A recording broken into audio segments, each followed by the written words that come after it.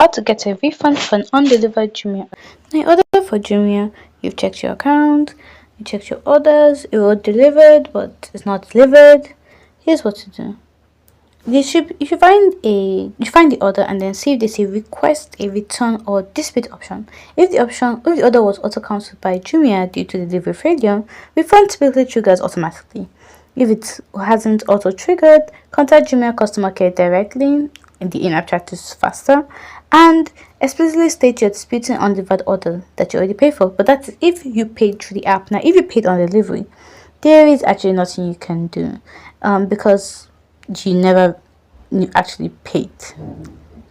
If you never received the item, you simply don't pay. No dispute needed on the end. If the item was marked delivered in the system but you never got it, that's when you contact support to correct the record and cancel any charges. Truly, if it's on delivery and you never got the item, that means you really did not pay. And that's it.